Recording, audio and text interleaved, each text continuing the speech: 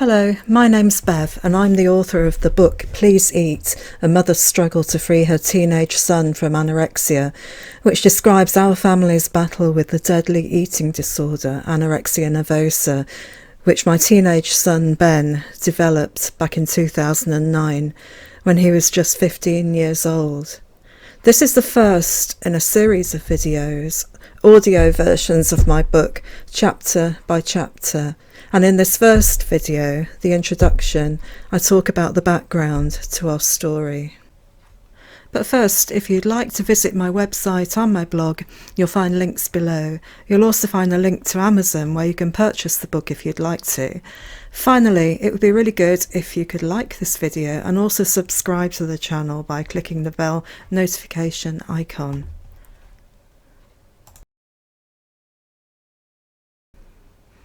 Author's note. Bright, popular and a star on the rugby pitch, 15-year-old Ben had everything he could want. But then, inexplicably, our food-loving teenage son began to systematically starve himself. At the same time, his urge to exercise went extreme. In a matter of months, Ben lost 1/4 of his body weight as he plunged into anorexia nervosa. But back in the summer of 2009, when Ben first began to show classic signs of the illness, my husband Paul and I had no idea that boys got eating disorders. As a result, we didn't recognise the warning signs. We knew that something was wrong and that it appeared to be getting worse, but we had no idea what it was. As parents of a teenage boy, you don't expect your child to get anorexia. You don't even think about it. Please Eat, A Mother's Struggle to Free Her Teenage Son from Anorexia is my account of how anorexia crept into our normal, happy family life completely undetected.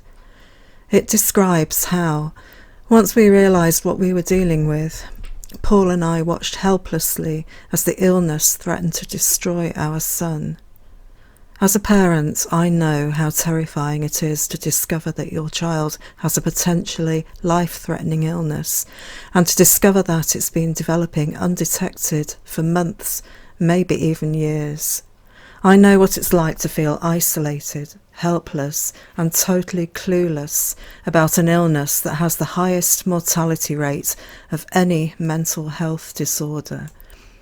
And I know what it's like to have to wait months for treatment while your child fades away in front of your eyes. When I sat down to write Please Eat, I was acutely aware that I wanted to do my bit to help other parents and carers, not only to identify the warning signs of anorexia in boys, but to show that there is a light at the end of a tunnel and to describe how we got there. I also wanted to highlight the importance of early intervention and effective treatments for young people with eating disorders, male or female, not just in the UK, but wherever you live. This isn't a story of despair. Please Eat describes how, with our help and through his own determination, Ben slowly began to recover from anorexia and rebuild his life.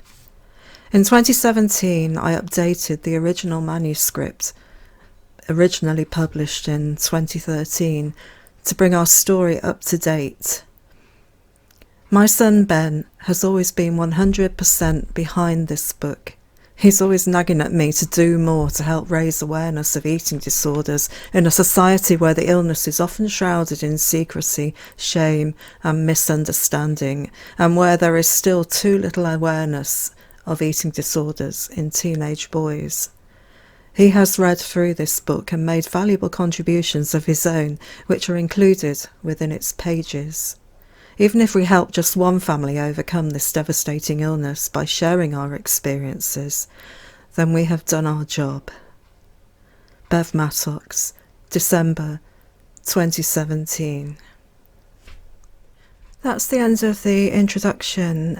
Please click on the in-video link to move on to Chapter 1, which is called Wired Up to Machines.